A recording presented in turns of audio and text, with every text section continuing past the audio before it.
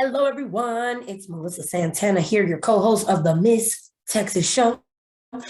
Super excited once again to have you. Any opportunity for you to be tuning in, we just always appreciate your support. Today on our show, we are going to have the wonderful guest known as Denise Mercer. Denise is a mother of multiple wonderful children. She is also someone who coaches, so she provides coaching services for others. She is someone who has also worked multiple other jobs, like has had multiple careers. Is also a former teacher, so she's an educator by trade and just is a tremendous advocate. So we are super excited to have her today and super excited that you are going to tune in for it and learn more about her incredible journey and how she helps others. So looking forward to it and looking forward to having you.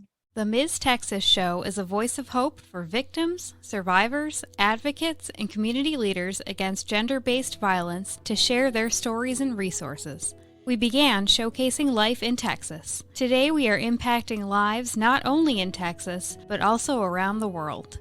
Under our segment Military Time, we run this segment in partnership with the National Veterans Chamber of Commerce. We invite military and veterans who have overcome traumatic events to share their experiences during and after their military service.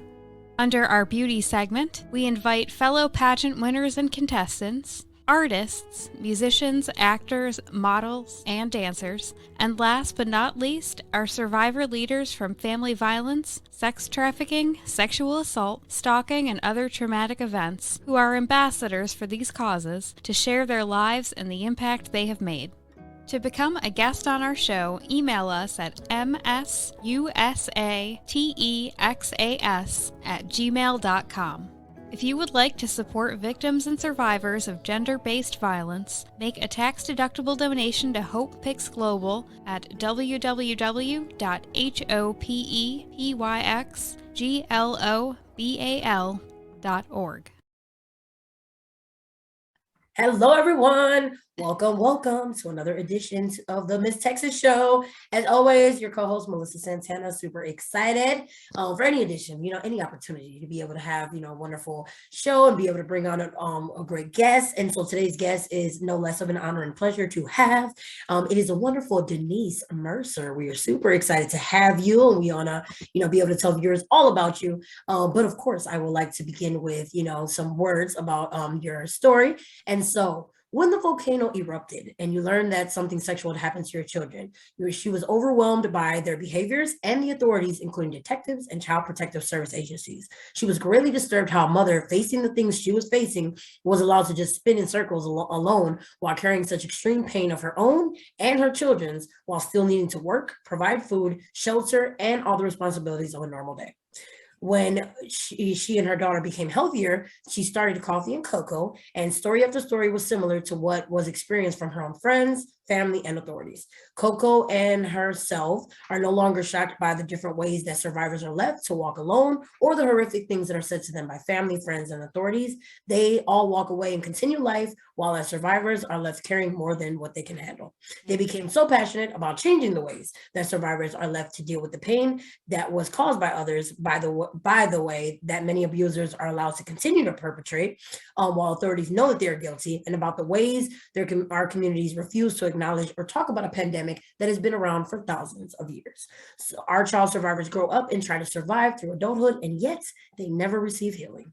So Coffee and Cocoa continues to educate around the world and encourages others to find their voice. It is now the TWC Clubhouse, which takes more steps to help heal individuals, families, relationships, organizations, businesses, and communities, because we all have pains that we need to walk through, even if we are not a survivor of child sexual abuse ourselves.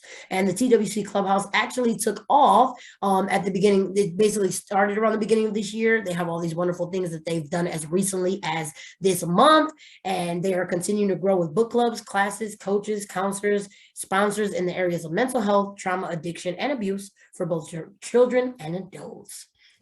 Motto is that together we can and together we will. So with that being said, Denise, super excited to have you. Thank you so much for coming on, taking the time, all of those wonderful things. First thing I would love to be able to ask is for viewers to just know a little bit more about you. Who are you? A little bit about your journey, what led you here today, just anything about you.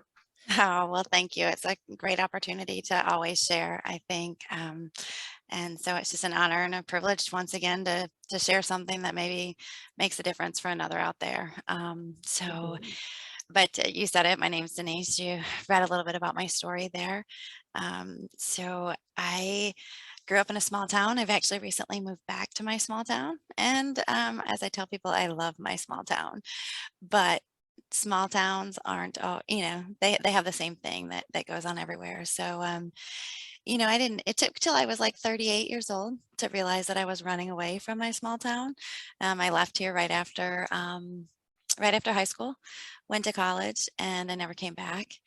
And when I was 38, the memories came back to the childhood sexual abuse that I endured when I was 5, 6, 7 from a neighbor. And I think I talk about my small town, and not because my small town is any different than any other. We're not bad. We're, considered a really great, safe place to live. My parents never locked the doors. Um, I didn't grow up, that's how I grew up, but these things happen in these small, great towns.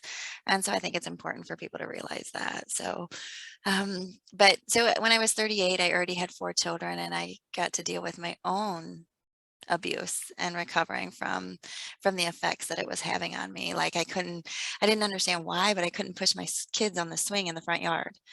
I had great fears of my front yard, but I was able to deal with memories of how I used to come out my front door, and I used to have to jump off my porch, and I used to have to run, and I had to pass the lot, and I had to pass 2 more neighbors' house before I could stop running down that sidewalk.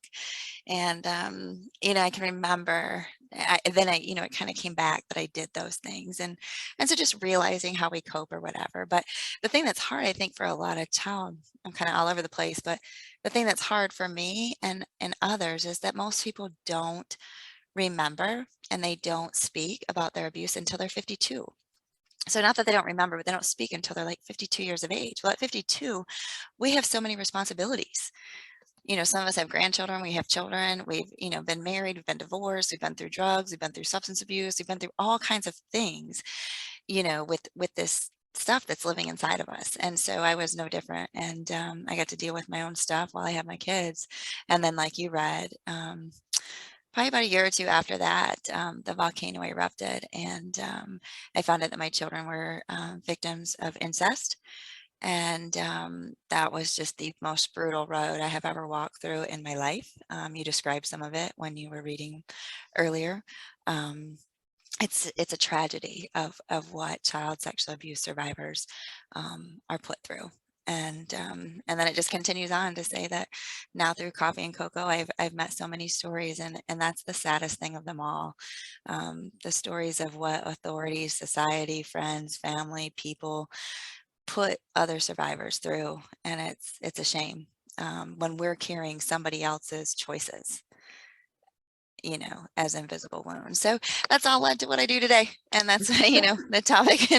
And so, but and it was a horrific story, and it's got I used to not be able to talk and share 2 words of my story without crying, and obviously it's a far different story today, and so now we share hope and healing, and that's what I do. Absolutely. Well, thank you so much. And I certainly appreciate that that you shared that, but also, like you said, I'm glad that it is easier, right? Like a little bit Mhm. easier to be able to say that, but it's definitely not easy overall. Like to have to say these things and not only engage in that conversation. That is why I think it's just so noteworthy and just inspirational that you do this with your daughter, that you now have this team and you do all these great things. But it's definitely not the easiest thing to not only talk about, to admit, but then engage others in as well. And I know for others, something's hard for you. Maybe those who are listening, it might not be the easiest thing to hear about, to talk about. But if you are and you are listening, we definitely applaud you for that, right? Because it's just, even that is just a great first step to even be able to do that. And I thought it was funny that you said you were all over the place, like with your story, because that is actually what I feel like is the experience though of many survivors, like you alluded to and mentioned a little bit, is that unfortunately when trauma happens, you don't remember things in this exact chronological order. Like, oh yeah, like everything's exactly what happened when this was the first part, second part. Unfortunately, that is absolutely not what occurs. And it's No, it's definitely not. right. Our brains and our memories are extremely fragmented, and it's difficult for us because we have all those fragments. And, it's kind of like if you retell a story or you reshare a movie, you go to the movies with your friends, you don't go to your friends or your family or whoever, and you don't say, oh, well, this happened. Well, and before that happened, this happened. And, you start from the beginning of that movie or the beginning of that book, as a former teacher, you start with that summary and you start from the beginning, the middle and the end. And our beginning, middle and end is all very confused a lot of times and fragmented and distorted. And it's just an amazing, it's it's hard, but it's also really amazing if you think about it. And I know I had a conversation with one of our personal counselors and one of my children. Actually, it was Coco, and talking about, sometimes your brain won't open doors because it's just not safe. So some memories are not allowed to be opened yet because you're not ready to open them. And it's just an amazing thing that our brains do in order to allow us to survive until we come to a point that we can speak. Because so many survivors are in situations where they can't speak. And so it's merely survival mode. And Right. living in Absolutely. survival mode is a very different thing. And today I live in the moment. And it's amazing. It's even with the pain and like it's amazing to go from survival mode to not living in that anymore. But don't get me wrong, and I don't want anybody to think that it's an easy journey to get from point A to that, because it's not. It's a process, and it's a never-ending process. My family still deals with trauma. We still deal with reminders. We still deal with memories that come back. We still deal with new things or whatever things set them off. But it's nowhere near the minefield that I once walked. Nowhere near. So, Right. and I'm grateful for that. Progress. Absolutely. Progress, not perfection. This is amen. Right, definitely.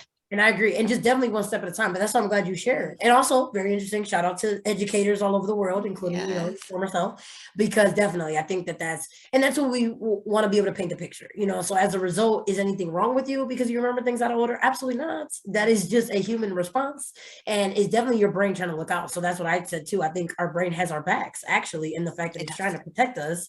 But it just can be incredibly frustrating too, because if you're trying to recount that and Yes. you're trying to pinpoint it and it looks like you don't know what you're talking about, but it's really because no, I went through something traumatic and it's really difficult, and in the midst of my processing it may come out of order.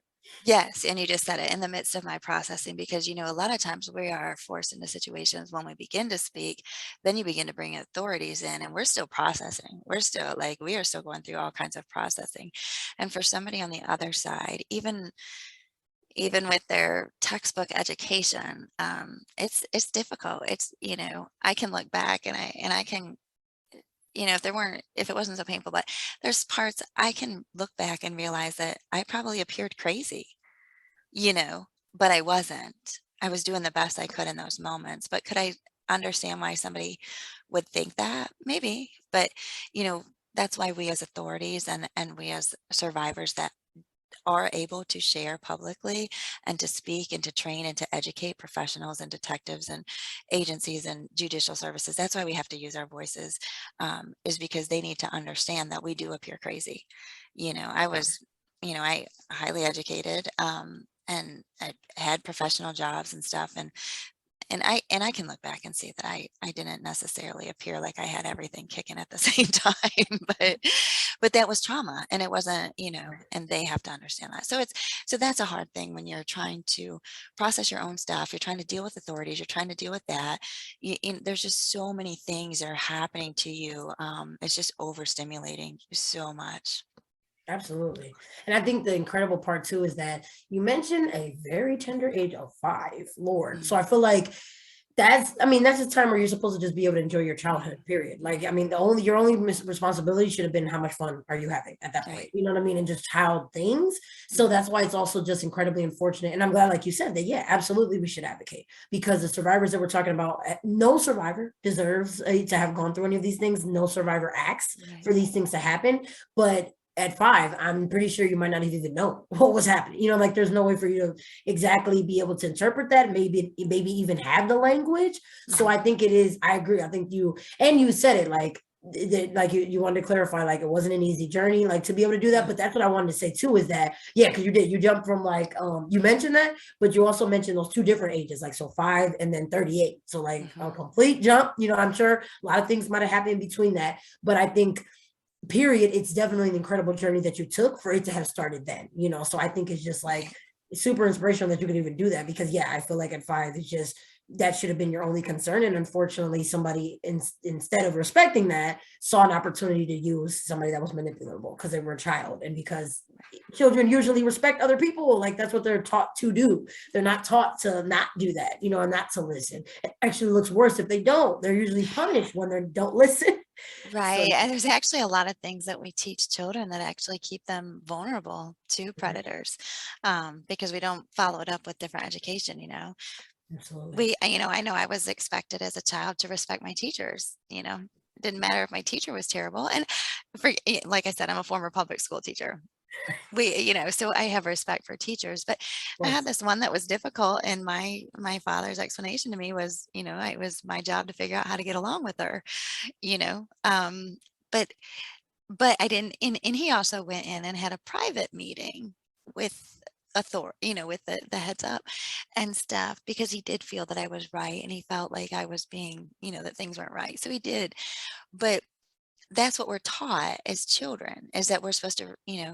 And so but we don't teach them that, that there's an exception to that rule.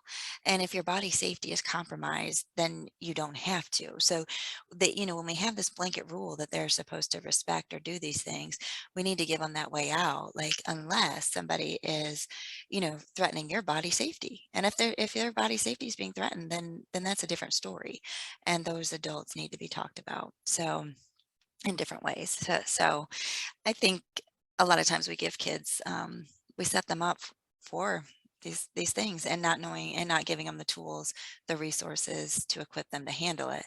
And then we grow up, and like myself, I didn't know I was an adult. I was I had bachelor's in criminal justice, master's in education. I worked in prison, probation, parole. I've supervised sexual predators. I've had them on my caseload in the prison. I've had them on my caseloads in the probation department. So, and then to be faced as the mother, like, I didn't even know what to do. Like, I don't even know how to report this. I don't really know how to report because I didn't see it. I didn't know. Like, we have no training in our society on how to handle this as a child, as an adult, and we don't, it's not that we don't have any. We don't have a large effort. And even as a former public school teacher, I was just sharing this in another interview. As a former public school teacher, my first training on mandated reporting was after I'd been a school teacher for 10 years. No, no. So here it was. It was a part of my job, and I was required to do this by law, but really I was never given the skills or the abilities or the training. And then when I was given it, I was given it one time. Right. It's not revisited. So that's what, it's not that there isn't the training out there, and it's not, there is training out there and it is available, but we as a society and we as organizations don't take it with the level of seriousness that we need to. And when you're talking, 1 in 4 and 1 in 6 victims, like, this is hurting, a quarter of our population, a third of our population, and we don't have more of a priority on this. That's what I find just so unreal. And the fact that it's been happening for thousands and thousands of years, to me, we've swept it under the rug and just said this is something that we're willing to deal with as a society. Right. I agree, because definitely the alternative, because of course, once we know about it, we have to do something about it. And for many, they would rather not. We would not like have to take that action. And it's definitely easy for those who haven't experienced it. But unfortunately, some of the people who don't do things about it have, like, they at least either they have, or like they at least know someone where it's happened to them. Because like you mentioned, with those kind of numbers, we know at least someone that is either been affected by it. Right? And That's why I say you may not. The only thing is you don't know that you know. We right. all know somebody. We know somebody that's affected. And this is my other thing that I say. If you look at, some of the statistics, it depends. I was talking with an interview in New Zealand, and she was quoting 1 in 3, and sometimes 1 in 4 is used to say 1 in 4 girls and 1 in 6 boys. And this is my thing as a former school teacher. Just stand outside one classroom. And, in the classrooms I've taught in public school, they range from 25 to 30 students. Stand outside one and look in there and see how many silent victims you have, and then walk to the next classroom and the next classroom and the next classroom, and then turn the hallway and continue. So this is not something, and then, by the time you get out there, how many victims are in each school building? Right. This number's not small. No, it's not. This number's not small. Not at all. I agree. But I also think like incredible resilience on your part, though, even as a child, because I heard you briefly mention, and not that you should have ever had to do this, but literally like jumping, like doing whatever you can to escape the situation. So I just think it's like incredible. Like you never should have been tested in that way, but it's just incredible that you, in the midst of that abuse, still was choosing yourself and still knew that you wanted to escape at any means possible. And I think, interestingly enough, too, that same younger child stood up for herself too, when in regards to the teacher. You know what I mean? You were like, no, I think we actually do have a conflict, and you voiced it. Thankfully, you were met with someone too that was able to support that. But I just think it's incredible too that, like, I was also hearing a little bit about what you're saying. It sounded like we don't always give children the proper resources. I also think we don't always give children enough credit for like the things that they go through. We don't always, it's easy to discount them given that they're children. So like, I think that sometimes with all that, so I think like, especially in your case, I agree. I think it's unfortunate that it wasn't such a safe neighborhood, which for the exact same reason why people kept their doors open, they should have been having them closed, but they didn't know, so they thought like we could, Well, I think the thing is, somebody asked me recently about that, I don't think my parents knew that things like that could happen. And in Right. my case, it was what you would call child on child, but it was a much older child and a much younger child. And that much older child was aware of what they were doing. And so I was the younger child. And so that's something that we don't talk about either. And that is even more underreported, which is child on child sexual abuse. And I just don't think people, I don't think people hear it and realize that it happens as much as it does. I don't think Right. my parents would have, I don't think it was ever on their radar to think that something like that could happen in our little small town where you don't even lock the doors, you leave the keys in the car. And, like that was how we lived. Like, and it wasn't just how we lived. It was just I mean, I, I felt, I think everyone for the most part felt extremely safe. But yet this is where, silence, just like silence for a victim, silence keeps us locked up. I don't care if you're a victim or not a victim. Silence as a society keeps us locked up. And the longer we choose to be silent on this subject, silence is doing nothing. You're complacent with it, and you're accepting that this is what it is. So we are aware that it happens. We've been told about the gymnasts. Society as a whole has been told about our U.S. gymnasts and how they reported, and yet even after they reported, it was filed, and more victims. Society knows about the problems in the Catholic churches or the Boy Scout organizations or different churches or coaches or teachers or police officers. We know these things. They make the headline news. So we choose to stay silent. And it's like, and what I was talking about survival mode. To me, society lives in survival mode. And I tell you what, I don't want to be like most of society. And I'm not willing to be there. And I once was there, and I've lived in that survival mode. And when you come out of survival mode and you make it into living, like I wouldn't trade my life for anything. And Coco said it best. Coco's like, I don't want to go through it again. In the 5th grade, she was 10 years old. And she said, I don't want to have to go through it again, but I wouldn't change anything because it made me who I am, and I agree. I wouldn't change any bit of my story. I've accepted the good, the bad, the ugly, the yucky. Do parts of it still make me cry? Yeah. Do I have struggle spots with some things? Absolutely. But I wouldn't trade, because the freedom that I live with today to be who I am and to say who I am and to have the boundaries that I have, the ability to say no, the ability that I have to have the choices I do, you can't take that away from me. And most of all, you can't take away my peace and my joy. And, so I don't know. I just rambled on about a whole bunch.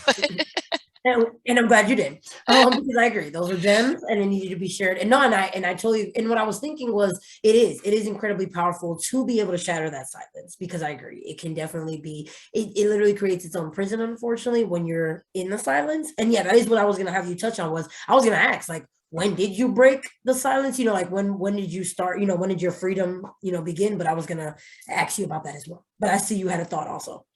I did, and I just lost it, but it's no big deal. Obviously, it wasn't important. I have lots of Hopefully it'll come those. back. Hopefully it'll come back. Well, yeah, I know what it was. A lot of people think that by talking about it, we're going to scare kids. Yeah. No, we're not. We're educating children.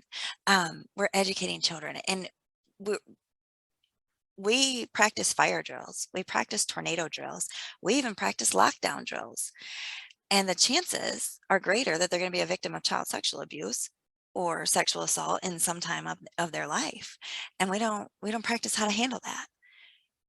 Very little. So, and I'm not saying anything. I don't want anybody to go through a fire or anything else, but you know, we're willing to practice. We're willing to put in fire drills monthly for children. We're willing to put in lockdown drills monthly. My child was terrified his first lockdown drill. He said, "Mama, they made me hide in the bathroom because people were in the hallways with guns." He thought they were really out there. So we're willing to put, 35-year-olds in a bathroom that have no idea what's happening so that we can teach them what to do if we have a mass shooter or something, but we're not willing to talk about this subject. And the reason is because adults are afraid of this subject. One of my favorite things to talk about, and one of the things that I offer in the TWC Clubhouse is intimacy after abuse, and relationships, and boundaries, and family, and it just the different levels of intimacy, not just physical intimacy, but emotional, mental, spiritual intimacy and stuff. And so we as adults are afraid of those subjects, and it's hard for us to have unless we're having them in joking ways. So we don't know. We just don't know. Oh, Absolutely. but you asked me about the prison. It was Oh yeah, 30, Shattering. 30, 38 when I got to when the memories came back. Mm. 38 years old, and then and even as recent as it was February 15th of 2022. What are we in right now? Um, I just had one of the worst experiences with like flashbacks, and I relived my trauma February 15th for a couple hours, and it was brutal. It was brutal.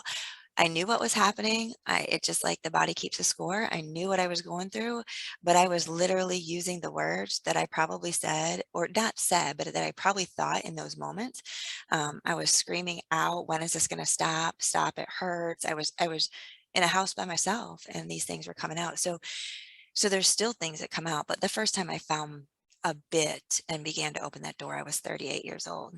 Wow. See, and that's the interesting thing about you mentioning, 5 and then 38, because like you said, that was like when you're unfortunately, because I mean, as uncomfortable as that is, I mean, that's unfortunately how healing is. It's not something that like follows a regular pattern or anything like that. And it's not like something that we can easily plan, but that's usually what healing takes, is like it's this messy, unorganized thing that happens. But I'm glad it was able to begin for you. And I mean, as painful as that may have been to like relive, but it's where healing can really start. It's like when, you're able to face things and all that. I see you had a thought. No, that's where healing begins, Yeah.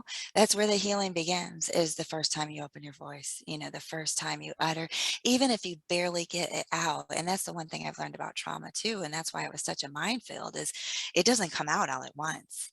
Right. A kid doesn't just come in and begin to tell you and recount everything, or an adult Absolutely. doesn't come in, and because like we talked about earlier, the damage to our brain and the fragmented parts of our brain, and there's so much to our traumatized brains that we can't just go through something, from point A to point Z.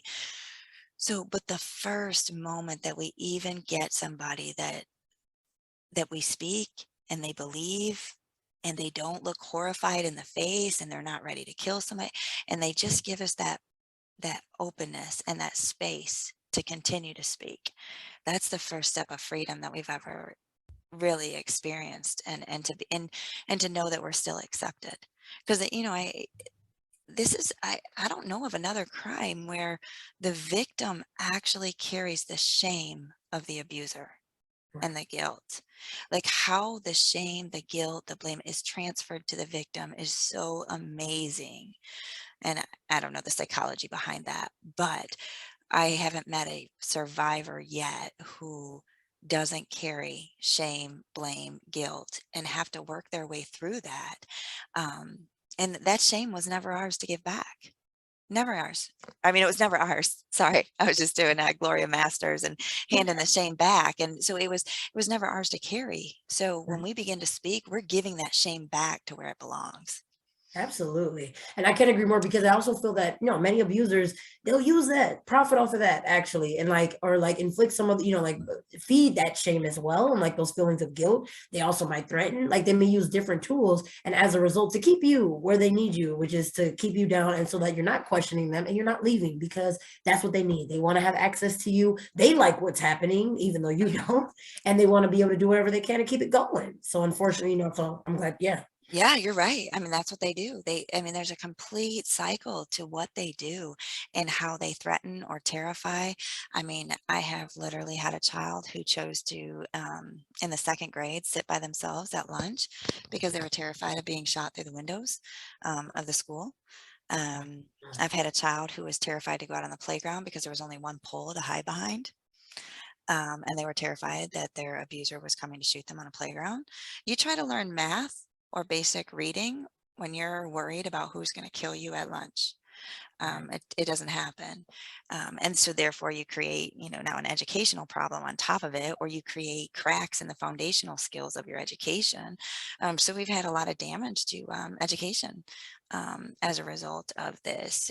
Some people just dig right into their books and excel, and some just sit in a classroom and hope nobody sees them. And others act out in ways that are just I've always worked with high risk students and stuff. I've had children that actually, or students that I taught that actually perform sexual behaviors in my classroom. I was at a very high risk and alternative type placement and dealt with psychiatric treatment facility placements back and forth and stuff, but that's the severity of what they do. So and it's horrific, and people don't realize, I think the majority of people don't realize that our children suffer as they do, but I Right. think the majority of people don't realize that our adults suffer as they do. you Mhm. know and it's just sad. We're here together on this earth, and things like this divide us. But if anything I say today makes the biggest difference, speaking about this and talking about this actually brings comfort and safety. So it's hard at first to hear, but then as you engage in this, you know, it it's a very comfortable subject, and people feel more comfortable when they can speak. We've set up tables as coffee and cocoa outside of restaurants in the town we used to live in and stuff, and it never failed. We'd always have a survivor come, and they would love and they would share. Right. And so we've actually shed tears, like standing outside restaurants selling coffee and cocoa t-shirts and mugs. And so when people know they have a safe place to share, healing can happen. And Right. that's what the TWC Clubhouse is a place for healing to happen. And in the group setting, not to take anything away from our one-to-one counselors, those are important too. Right. Absolutely. And I think what's interesting about what you said is that you've also become, obviously, you said that like an adult who helps others. Like, and unfortunately, there have been so many adults who, because of fear or whatever reason it may be, have not always shown up for others. And that was actually another question I wanted to ask you was that I know you mentioned that one time you shared the complaint you had when you were younger about the teacher.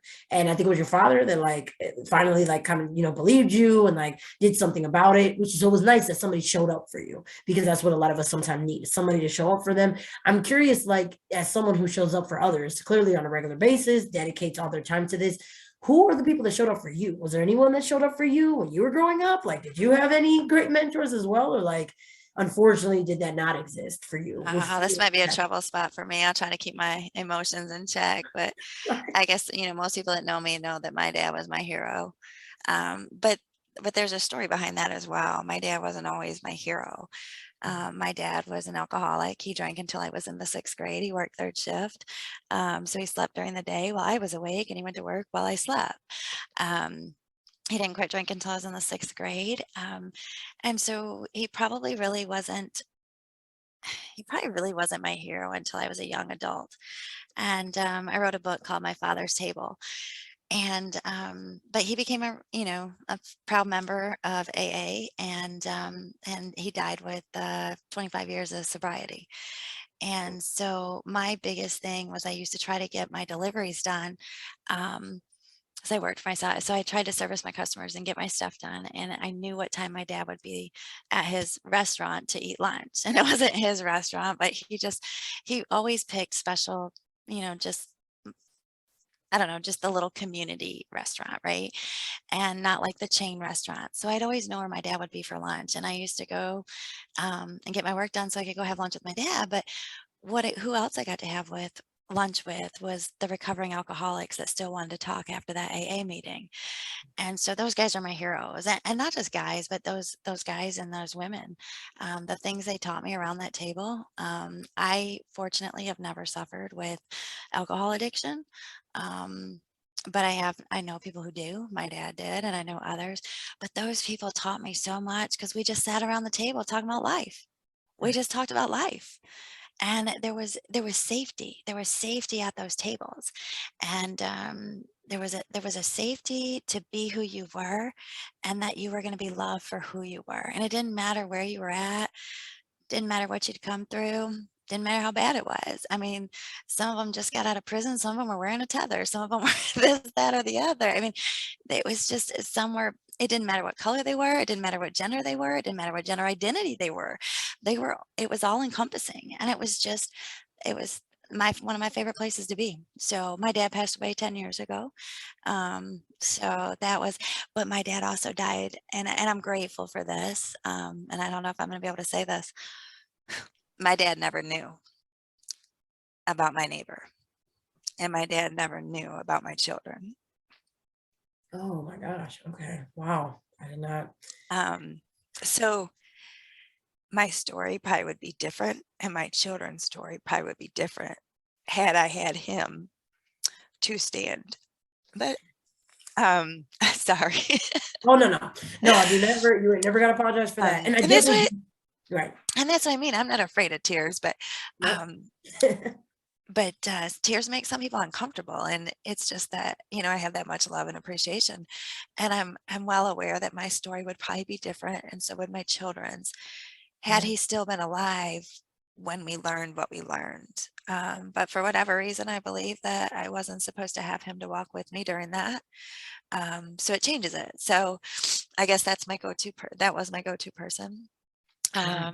But I've had others along the way, and I've had an amazing counselor that my children's counselor turned me on to, and without her support, oh my gosh, she took me from places I was to where I could be. I had the great pleasure of taking part in EMDR therapy, trauma therapy. Mm. My kids, Coco has actually done that, and TFCBT, which is trauma focused cognitive behavioral therapy. So we've been blessed with some really wonderful counselors.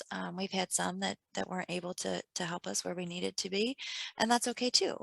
Um, I've had some amazing people. I have an amazing person in my life right now, and I'm extremely grateful for that, because at the time that I needed confidence to keep going, or needed, it's like, so somebody always shows up to give you what you need. We just had to be willing to accept it. And that's a hard thing for survivors. We learn to depend on ourselves, and we learn to depend that nobody's there for us and nobody's going to help us. And so becoming vulnerable to that is a difficult thing. And that's one of the reasons that people love intimacy after abuse, is because it's hard for us. It's hard Right. for us as survivors in many different categories to carry on adult relationships. We don't have the skills. We don't have the skills. We were missing them. Absolutely. And first of all, very sorry for your loss, but also but also again, very grateful, that you shared that incredible sentiment with us, because I definitely was over here like fighting my own tears. I'm like, okay, she's getting there now. She's getting there. She's getting me close. But yeah, no, but totally agree. And I just feel that now, mind you, I am somebody that believes that he probably is still watching you from the other side. I know that not everybody agrees Oh, with that. Can I tell you a really cool Yeah, story please. about no coincidence? So my dad and I would always share stories about no coincidences, right? Like there's something, and my dad used to he used to say, I know there's a higher power, and I know it's not me. And so I was one of those people. I was not for, a lot of people with their sexual abuse stories, they also experienced religious abuse, and I didn't. And I'm grateful for that, because that's a whole nother part to a lot of survivors, is the religious abuse that they've endured. But we always had it. We would always drive, so I used to ride co-pilot as a kid with my dad on our trips and stuff. And when he was sober, and I was the DJ, and but we just always shared stories about no coincidences. And so literally I went on a trip to Florida from Michigan just recently. And I was supposed to fly out February 2nd. Huge snowstorm, right? Huge snowstorm. It shuts my flight down, which was good because I needed to see that I was disappointed that my flight wasn't going to happen for personal reasons. And so anyway, I'm able to fly out the next day. So, which happens to be the 10-year anniversary of my dad's death. And it's just like it's not clear, right? The plane's flying, and I'm looking out the window, and it's just you can't see, and then you finally get to a point that you see, and things become clear. And I'm just thinking about life and how it was so just I couldn't see a thing. I mean, I couldn't even see the light. I didn't think there was going to be light at the end of the tunnel. I couldn't see that I would ever get out of these minefields. I didn't see that I would ever stop crying or get off my knee. Like I didn't see any of that. But as you progress, it gets clearer and it gets clearer and it gets clearer. And the amazing thing was, is I'm sitting there processing this. The kid behind me introduces himself and he uses my son's name. And which there's a story behind my son. I haven't seen my oldest son in over 5 years, or almost 5 years. It's going to be 5 years soon. Wow. So he said his name and introduced it, and he used my son's name. And then the people next to me said they were going to Carl's house, which was my dad's name. And I'm like, I just had to kind of shake my head. There's no coincidence that I ended up on this flight on the 10-year Right. anniversary, thinking about vision and clarity, hearing my son's name, hearing my dad's name. Like, there's something bigger than me. But those are the reminders, like you said, you believe he's still watching down. Those are the reminders that keep me going. And there's always been something that just a little bit of hope that kept me like pulling through those trenches. And and not just survivors of CSA, but people in life, that little bit of hope that we hold on to get to the next step. And so that moment there was just a reminder to me that everything that I'm doing right now in this moment is exactly where I'm supposed to be, and it's all right on track. And I may not be able to see it clear as clear, but it will become clearer. So, just keep Oh, following, keep stepping, and there's no absolutely. coincidence. There's no coincidence to us matching up, to us, sharing, to somebody listening, to what Right. resonates. There's no coincidence. I agree. See, Uh, that's I'm like, your legacy lives on. His legacy definitely lives on, Dad, because and definitely I hope these absolutely rest in peacefully. But it's like those incredible messages that you're able to like still keep, and so and of course I'm sure it's super, we would love to have a lot of people that are not longer with us. We would love to still have them like physically, but even if we can't, like to still be able to hold on to that is just incredible. And I just think yeah, it is super heartwarming, but I also love that you did get that validation, which I think I agree was not a coincidence. I definitely agree it you're right. wasn't. So yes, definitely. But I think that's the wonderful thing about the work that you do, which you definitely just like I said, mentioned there briefly. I think it's amazing that you do. Like I said, you're now a person who provides inspiring messages to others. You show up for others. You're able to help them with their process. And things that they do. And I think you mentioned a little bit, like I heard the counseling and things like that. But what helped you to get over here? You're on the other side now. Now you're helping other people. Like you've been able to turn your pain into purpose. Like what helped you to get there? To this part. I think it's just taking the next right step. There's no straight answer in this stuff. It's healing looks like an absolute I'll, I'll keep it clean. It looks like an absolute mess. Right. And just as much, it's the most chaotic thing. And it's like, and it's 4 steps forward, 2 steps back. Sometimes it's 1 step forward and 3 steps back. And that's okay. And if you're a survivor listening, or if you're somebody who loves a survivor and you get frustrated by their actions, it's okay. Our backward steps, don't worry. They just, they take us. I still lay down in my bed. That's my thing. I have to time out and I cover up, kind of like my cocoon of safety. And you can probably find me doing that probably at least 10 minutes of the day. Right. I just need that moment to lay down and lay flat and cover up with blankets, because it brings me back to a grounded sense. That's just something I need. I don't know why. But I think this is the thing that I never expected. Coffee and cocoa happened because Coco, when she was 8, she wanted everyone else, when she first started to speak, she wanted everyone else to have a Miss Rebecca, which was the name of her counselor. And so Coffee and Cocoa really is about Coco. I'm just there because Coco is too afraid to do it by herself yet. I thought I was getting the boot like a year ago, but she wasn't ready. But um, and so Coffee and Cocoa, our big goal is between myself, and she's now 14, we spread education and awareness about child sexual abuse. We try to have comfortable conversations just like this around a tough subject. We try to educate the community and let people know that us survivors are, you don't have to fear us. You don't have to fear our stories. You don't have to feel sorry for us. Just walk with us. Just let us know that you support us, believe us, and you're proud of us. It takes, we've talked about people being threatened with their lives, and what it takes for us to break through that fear that the perpetrator instills in us to get to a point of speaking is so huge. There's so much fear placed upon us. And we believe that there's something the matter with us. I haven't met a survivor yet that isn't trying to figure out what's the matter with them, until they go through enough healing and they realize it's not them. So that's what Coffee and Cocoa does. And then, but the most amazing thing about Coffee and Cocoa is Coco and I didn't realize the next level of, I call it the next level, or another level. We didn't realize that level of healing that we would receive from doing Coffee and Cocoa. Like, and this is why I tell people, Coco was told in counseling that there were other victims. It's 1 in 4, 1 in 6, but she's alone in the office with her counselor. She's not seeing any other ones. Coffee and Cocoa has opened her eyes and put her face to face, just like you and I, Zoom to Zoom, whatever you want to call it, with survivors all around the world.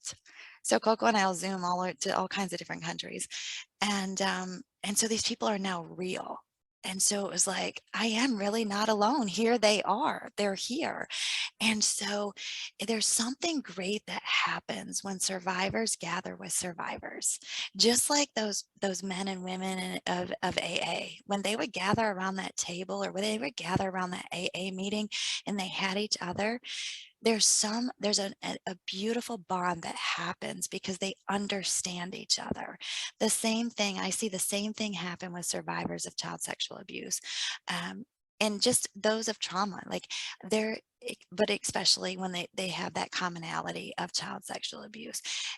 Some people get you and you don't even have to explain who you are. You don't have to explain why you have these goofy things. I don't have to tell another survivor that opening the mailbox can just terrify me.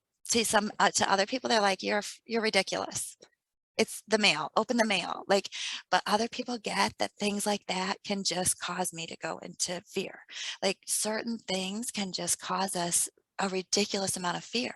And we don't have to explain that to each other. We just accept that about each other. And I just can't even explain that beauty that happens. And it happens every time we do Coffee and Cocoa. And it happens every time we share another story. It happens every time you get to share a bit more of your healing.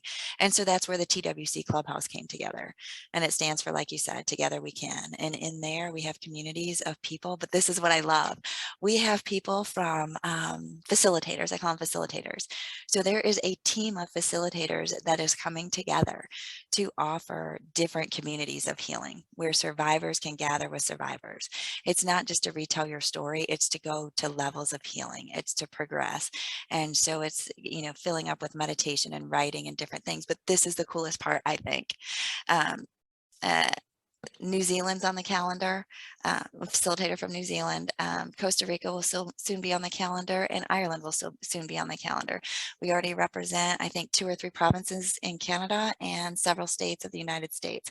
Not one person, not one facilitator is from the same geographical location. And so it truly is the vision that I had, that together we can.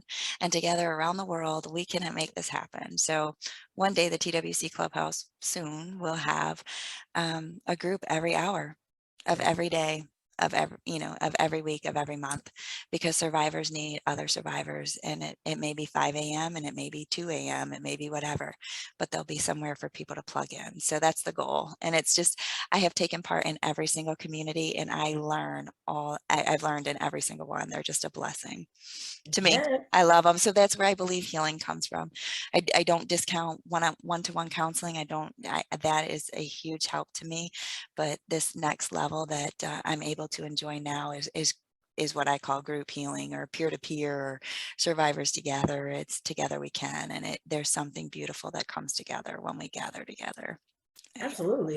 And I just think too, that's what we should do in our lifetime, right? Like we should just continue to unlock new levels of potential. We should be able to graduate to other areas. And so like for us to be able to do that, I think absolutely, like we may start off with one resource and then we realize that, we can do more with others. And then I think too, I agree, there's something, of course, incredibly beautiful and wonderful about being in community with others, especially because that's often what survivors hear, is that they're by themselves, that nobody else is going through this, and that you're going through this alone. And that, especially if you're getting threats from your abuser, like the main thing they profit off of is that you believe that you are by yourself and that nobody cares about you, because that is what's going to help them to keep you down. So unfortunately, like given that they've been hearing those messages, it's absolutely incredibly powerful for them to be surrounded by others who get that, who experience similar things, but also who can, what you can heal together, absolutely, Yeah. and unlock these new levels of healing. So I completely agree, but I also agree that yes, to each their own, to where they're at, because like, given where they might be on their journey, certain things might be good for them, but when they're together, definitely there's a lot that can happen there. There's a lot of healing that can happen, and there's a lot of growth that can happen too, knowing that, you're surrounded. But also, I think it also provides another thing that you mentioned a couple of times during this interview, which was security. It provides that safety and security. And that's a thing too, that a lot of survivors got robbed and they did, were stripped from. And so when you can bring that back to them and be able to provide that safe space, it's just wonderful things that can occur there. But I also got the idea that I'm sure it inspires many of them to then maybe even lead their own groups or do other things. So that's why, like, it's just so great that it gives them back again what they did not have, and that confidence to do whatever it is, to either own their lives, to help other people with their lives, to do whatever, just because unfortunately that's probably not what you were thinking while you were receiving that abuse. But there is literally so much that you can do, and we don't want you to ever go in the world not thinking those things. So I love that you provide a space, absolutely, in that way that can help people to believe those things that they might not have before. Yeah. Well, thank you so much for saying it. It's so wonderful to see it coming together, and to have had the support to keep pushing it. So we just kind of did, we're last month, or this March was pretty much our dry run month. And so we had different people that were participating in the groups, and stuff. So I think it's great. $47 a month, and you can plug in. I think currently there's 8 hours a week that people can plug into, and that's only going to continue to grow.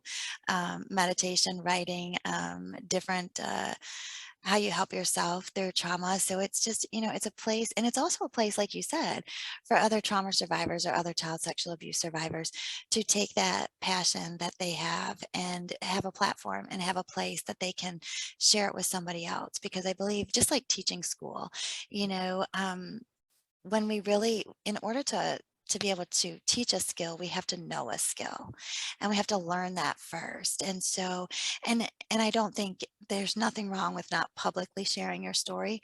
If you never go public with your story, that's okay too. And it doesn't matter where you're at on your healing journey.